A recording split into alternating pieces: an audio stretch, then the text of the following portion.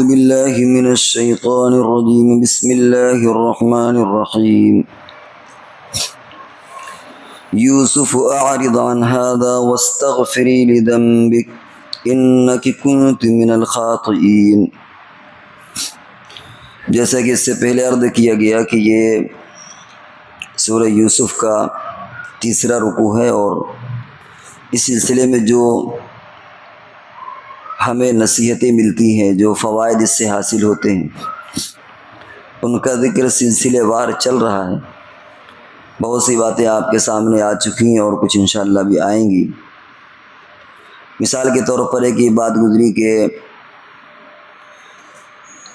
عزیز مصر نے، جو مصر کا بادشاہ، کچھ لوگ کہتے ہیں بادشاہ تھا، کچھ کہتے ہیں کہ وزیر اعظم تھا، بہرحال اچھی پوسٹ میں تھا، اس نے جب اپنی بیوی کی غلطی محسوس کی تو اس سے کہا کہ یوسف علیہ السلام سے فرمایا کہ اعرض عن ھذا، کہ تم اس سے درگزر کرو اور اس کو معاف کرو، اور اپنی بیوی سے کہا کہ تم استغفار کرو۔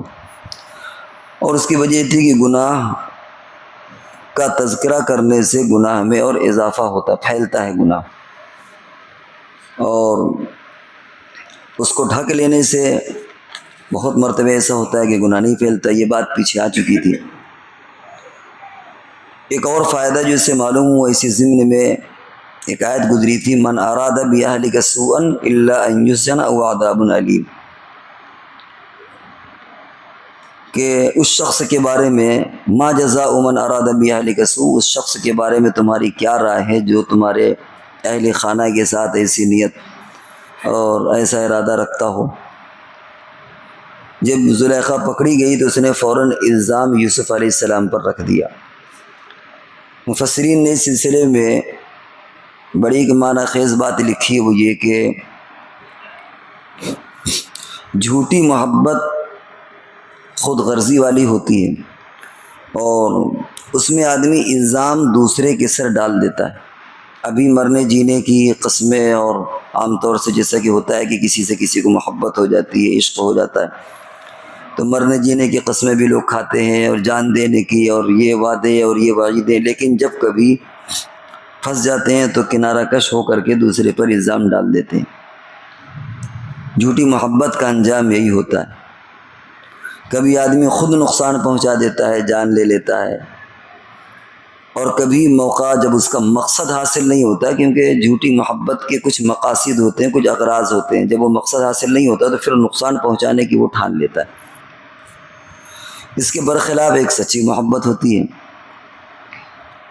حدیث میں بھی آتا ہے کہ میدان محشر میں عرش کا سایہ جن لوگوں کو نصیب ہوگا، ان میں وہ لوگ بھی ہوں گے جن کی محبت اللہ کے لیے ہوگی، حب فی اللہ بغض فی اللہ، یعنی اگر ان کی محبت ہوگی، سچی محبت ہوگی، اور سچی محبت کی علامت یہ ہے کہ اللہ کے لیے محبت ہوگی، اور اللہ کے لیے محبت ہونے کا مطلب ہے کہ سچی محبت ہوگی۔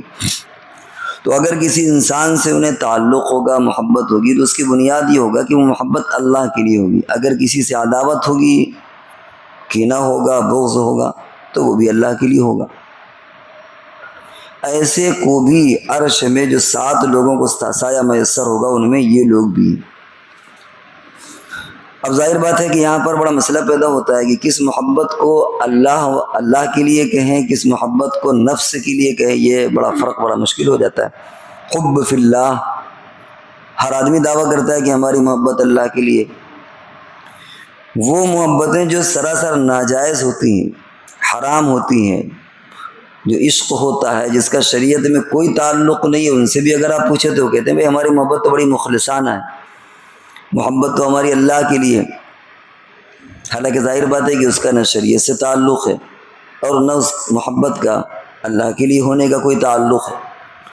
تو حب فی اللہ اور بغض فی اللہ، سیدھا سے اس کا مطلب یہ ہوا کہ اللہ کے لیے محبت ہونے کا مطلب یہ ہے کہ ہر وہ بندہ جو اللہ کا فرما بردار ہو، نیک بندہ ہوگا، طبعی طور پر آپ کو اس سے محبت ہو جائے گی، اور ہر وہ بندہ جو اللہ کا نافرمان ہوگا، آپ کو اس سے دوری ہو جائے گی۔ بہت سارے بزرگان دین گزرے ہیں، آپ کو ان سے قلبی محبت ہوتی ہے، ان کے لیے آپ جان دینے کے لیے بھی تیار ہو جائیں گے، ان کا جھوٹا کھانا آپ اپنا لیے سعادت سمجھیں گے، ان کی خدمت آپ کے لیے سعادت سمجھیں گے، ان کی زیارت آپ کے لیے خوشی محسوس کریں گے، اپنے لیے سعادت سمجھیں گے. یہ ہے اللہ والی محبت. کیوں؟ اس لیے کہ آپ کو محبت کیوں؟ کیونکہ وہ آپ یہ سمجھ رہے ہیں کہ وہ اللہ کا محبوب بندہ ہے. جیسے حال ہی میں مولانا صدیق صاحب علیہ رحمہ گزرے، مولانا برار الحق صاحب ہے، جو بھی ہمارے اکابر گزرے ہیں، جس کو جس سے عقیدت ہو، تو وہ محبت اللہ کے لیے ہوتی ہے. کیوں؟ اس لیے کہ وہ اللہ کا بندہ ہے. ہم سمجھتے ہیں کہ وہ یعنی اللہ کا مخلص بندہ ہے، اللہ کے محبوب بندے، تو ہمیں بھی محبت ہو جاتی ہے. یہ در حقیقت اللہ کے لیے محبت کا ہونا. ایسی محبت اگر کسی کو کسی کے ساتھ ہے تو عرش میں جو 7 لوگوں کو سایہ میسر ہوگا اس بندے کو بھی میسر ہوگا. بغض فی اللہ کی مثال کیا ہے کہ اگر کوئی اللہ کا نافرمان ہے تو ہمیں اس سے دوری ہو جائے گی، اس سے الجھن ہوگی، اس سے اجنبیت ہوگی. حضرت عبداللہ بن عمر بڑے جلیل القدر صحابی گزرے. حضرت عمر رضی اللہ تعالیٰ عنہ کے بیٹے، کوئی مسئلہ چل رہا تھا عورتوں کے مسجد میں آنے نہ آنے کے تعلق سے. جب بات آئی، ایک حدیث ذکر کی گئی، تو ان کے بیٹے نے کہا کہ ہم تو عورتوں کو مسجد میں آنے سے روکیں گے. منشا یہ تھا کہ حضرت عائشہ رضی اللہ تعالیٰ عنہ کا بھی ایک حدیث ہے اس سلسلے میں کہ اگر حضور علیہ السلام جو احوال عورتوں کے آج کل اگر دیکھتے تو منع کر دیتے. حضور کے زمانے میں عورتیں بھی مسجد میں آتی تھیں، بعد میں دھیرے دھیرے وہ سلسلہ کم ہوا. تو اس غرض سے کہ عورتوں کا آنا فتنے کا باعث ہے، فتنے فساد پیدا ہوں گے، لوگ پھر یہاں لفظ ادا کرتے بھی اچھا نہیں لگتا کہ لائن مارنا، چکر، نہ جانے کیا کیا. بہت سے لوگ نماز پڑھنے اسی لیے آئیں گے کہ عورتیں آ رہی ہیں، تو انہوں نے اس لیے مصلحتاً کہہ دیا. لیکن حدیث کے کسی نہ کسی اعتبار سے وہ معارض سی ہو گئی. یعنی ایسا ہوا کہ حدیث یہ کہہ رہی ہے، وہ یہ کہہ رہی ہے، اور ان کے جملہ نیت ان کی صحیح تھی لیکن الفاظ کچھ ایسے ادا ہو گئے جو الفاظ ادا نہیں ہونے چاہیے. حضرت عبداللہ بن عمر رضی اللہ تعالیٰ عنہ ناراض ہوئے اور زندگی بھر اپنے بیٹے سے بات نہیں کی کہ تم حدیث کی مخالفت کرتے ہو. حالانکہ ان کا منشا حاشا کہ اللہ حدیث کی مخالفت نہیں تھی، لیکن یہ بغض فی اللہ، ظاہر بات ہے بیٹے سے کوئی بغض نہیں تھا، لیکن ایک جملہ ان کی زبان سے ایسا نکل گیا جو نہیں نکلنا چاہیے. جس انداز میں نکلا تھا اس انداز میں نہیں نکلنا چاہیے، وہ ان کے شایع نشان نہیں تھا. تو وہاں پر بیٹے کے تعلق کو بھی ختم کہ میرا تمہارا گویا کوئی تعلق ہی نہیں، تم میرے بیٹے نہیں ہو. ظاہر بات ہے منع کرنے سے کوئی ایسا نہیں کہ کوئی بیٹا نہ ہو، لیکن یعنی بیٹے ہونے کے باوجود دل میں ان کی طرف سے ایک کراہت سی آئی کہ تمہیں ایسا نہیں کہا، تم نے حضور صلی اللہ علیہ وسلم کے فرمان کے مقابلے میں تم نے یہ بات کہہ دی. یہ بغض فی اللہ. تو اب اگر ہم دیکھیں گے کہ کوئی بندہ اللہ کا محبوب ہے، عبادت گزار ہے، نیک، تو ہمیں طبعی طور پر اس سے محبت ہو جائے گی. اگر ہم کسی کے بارے میں دیکھیں گے کہ یہ نافرمان ہے تو طبعی طور پر اس سے بغض. یہ حب فی اللہ اور بغض فی اللہ. لیکن ہم لوگوں نے آج کل کیا بنا رکھا ہے کہ کسی سے بھی دوستی ہوئی، محبت ہوئی، عشق ہوا، ہم کیا کرتے ہیں، ہم بڑے مخلص ہیں، وہ ہماری محبت اللہ کے لیے. یہ اللہ کے لیے محبت نہیں ہے.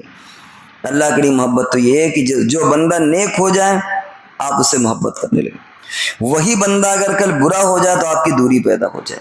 وہی برا بندہ کل نیک ہو جائے تو آپ کا تعلق پیدا ہو جائے، کیونکہ آپ کی نظر اللہ پر ہے. گویا جو اللہ کا ہے وہ ہمارا ہے، جو اللہ سے دور وہ ہم سے دور ہے. یہ حب فی اللہ بغض فی اللہ. تو یہ بات اس ضمن میں نکلی کہ بہت سارے لوگ سچی محبت، جھوٹی محبت اور اس انداز میں دھوکے میں پڑے ہوئے ہیں. سچی محبت وہ ہے جس کا کنیکشن اللہ سے ہو کر کے آئے، وایا اللہ ہو کر کے آئے. وہ اس لیے سچی محبت ہے کہ وہ اللہ کا نیک بندہ ہے. تو یہ ہے معیار سمجھنے سے در حقیقت سچی محبت. تو یہاں پر چونکہ جھوٹی محبت تھی، اللہ والی محبت تو تھی نہیں، وہ تو گناہ تھا، مقصد ایک حاصل کرنا تھا اس میں. تو جہاں پھنسی اور جہاں وہ پکڑی گئی فوراً الزام ڈال دیا اور یہ کہا کہ اس شخص کے بارے میں تمہارا کیا رائے ہے جو تمہارے بیوی کے ساتھ، تمہارے گھر والی کے ساتھ ایسا ارادہ کرے، ایسا کیا جائے کہ اس کی سزا تو یہ ہے کہ اس کو جیل میں ڈال دیا جائے یا اس کو سخت سزا دی جائے. جو کل تک محبت کا دھم بھر رہی تھی، آج اس نے کیا کیا، اپنا دامن بچا کر کے سارا الزام یوسف علیہ السلام پر ڈال دیا. تو اس سے ہمیں آج کے معاشرے میں محبت کے پہچاننے کا بھی ایک معیار معلوم ہوا کہ ہم لوگ جو اپنے جھوٹے سچے عشق کو اللہ کی محبت قرار دے کر کے اسے جواز فراہم کر دیتے ہیں، شریعت کے نقطہ نظر سے وہ جائز نہیں ہوگا.